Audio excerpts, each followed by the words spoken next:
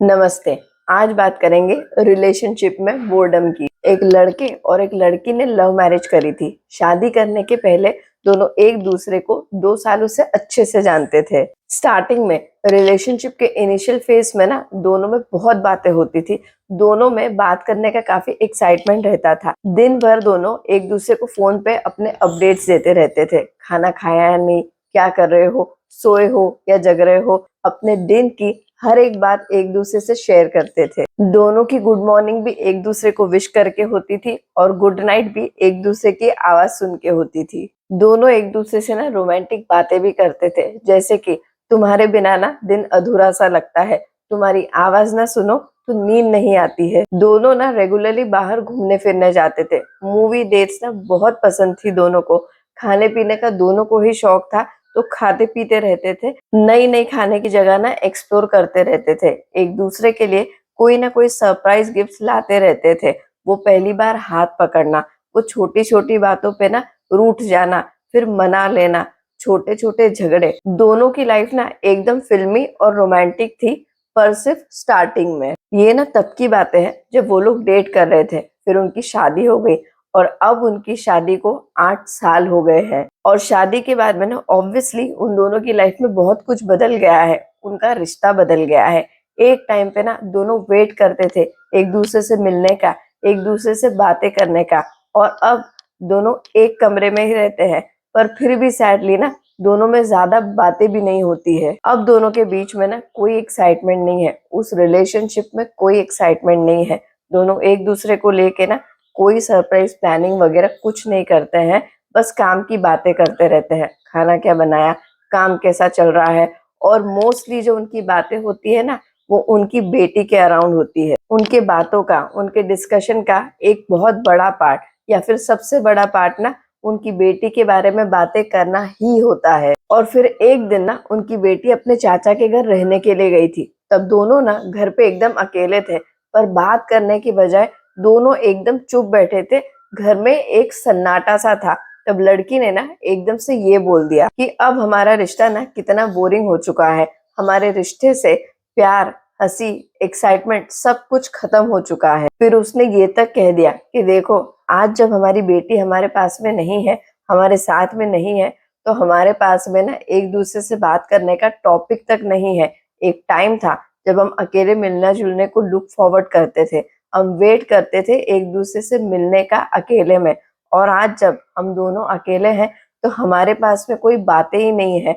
हमें एक दूसरे के साथ में कंफर्टेबल नहीं, बल्कि अजीब सा लग रहा है। बातों बातों में लड़की ने ये तक कह दिया कि आज अगर हम साथ में है ना, तो उसका रीजन सिर्फ हमारी बेटी है, क्योंकि हमारा रिलेशनशिप, हमारी बातें ना सब हमारी बेटी से रिलेटेड ही रह गई है। अगर वो नहीं रहती तो शायद आज हमारा रिलेशनशिप भी नहीं रहता। शायद आज हम साथ भी नहीं होते और हमारी दुनिया ना अलग अलग हो चुकी होती। हमने बात तो की है एक रिलेशनशिप की, पर लगभग ना हर रिलेशनशिप में एक ऐसा फेस आता है जब दो लोगों को ना एक दूसरे के साथ में बोरिंग फील लगने लगता है। जब उन्हें ये लगता है कि उनका रिश्ता ना बोरिंग हो चुका है, उनके रिलेशनशिप में बोर्डम के अलावा और कुछ भी नहीं बचा है। पर पता है, रिलेशनशिप में बोर्डम फील होना ना कोई गलत बात नहीं है, कोई एबनॉर्मल बात नहीं है। ये नॉर्मल है और नेचुरल है। पर अक्सर लोग ना इस बोर्डम को लेके टेंशन लेने लग जाते हैं। खुद को, अपने रिलेशनशिप को, अपने पार्टनर को ना क्वेश्चन करने लग जाते हैं। और स्पेशली जब भी बोर्डम फर्स्ट टाइम फील होता है ना रिलेशनशिप में किसी के साथ में, तो वो तो समझ में ही नहीं आता है। पता ही नहीं चलता है कि बोरिंग फील हो रहा है या रिश्ते में कुछ मेजर प्रॉब्लम हो गया है, खुद बदल गए हैं, पार्टनर बदल गया है, इतना बड़ा क्या हो गया है। जब फर्स्ट टाइम वो बोर्डम की फीलिंग हिट करती है ना किसी के साथ में रहते हुए, स्पेशली उस इंसान के साथ में जिस इंसान के साथ में एक टाइम पे काफी एक्साइटमेंट फील होता था, तो सच में क्या हुआ है ना वो समझ में नहीं आता है। और ऐसा इसलिए होता है क्योंकि लोग अक्सर भूल जाते हैं कि बोर्डम फील होना या फिर एक्साइटमेंट कम हो जाना सिर्फ रिलेशनशिप का पार्ट नहीं है, बल्कि लाइफ का पार्ट है। एक टाइम के बाद में ना बोर्डम ऑलमोस्ट हर एक चीज में फील होता है। याद है अपना पहला फोन, कितनी एक्साइटमेंट थी उस टाइम पे। पहला फोन लेना ना वाकई में लाइफ का एक बड़ा इवेंट लगता है।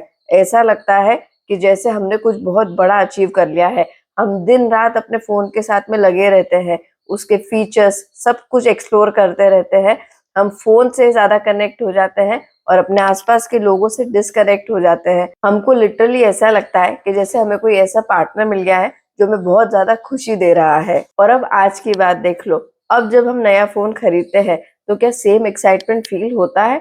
हाँ, शायद 1-2 दिन हो भी जाए नया मॉडल लेने पे, लेटेस्ट फोन लेने पे, पर वो एक्साइटमेंट ना 1-2 दिन में ही खत्म हो जाता है। याद करो वो अपनी फर्स्ट कार लेने की फीलिंग, याद करो अपना वो फर्स्ट डे कॉलेज का, वो फर्स्ट जर्नी प्लेन में, वो first boyfriend, first girlfriend, first laptop, first computer, first job और सबसे बेस्ट और सबसे एक्साइटिंग वो पहली सैलरी का मिलना। और अब सोचो इन सारी चीजों से यूज्ड टू हो जाना, क्या अब वो सेम एक्साइटमेंट फील होता है? और तो और पता है, हम पेरेंट्स के साथ में भी हमेशा रहते हैं, उनके साथ में भी ना कभी कभी बात करने को कुछ नहीं होता है, नहीं समझ में आता है, या फिर ट्यूनिंग ठीक नहीं होती है, जनरेशन गैप होता है, बहुत से ऐसे रीजंस होते हैं जिसकी वजह से ना कभी कभी पेरेंट्स के साथ में भी बात करने को नहीं होता है, या फिर हम बात नहीं करना प्रेफर करते हैं। पर उनके साथ में जब ये फीलिंग होती है, जब उनके साथ में बात करने को कुछ नहीं होता है, तब तो हम उस चीज का इतना ज्यादा टेंशन नहीं लेते हैं ना। तो शायद प्रॉब्लम ना रिलेशनशिप में नहीं है,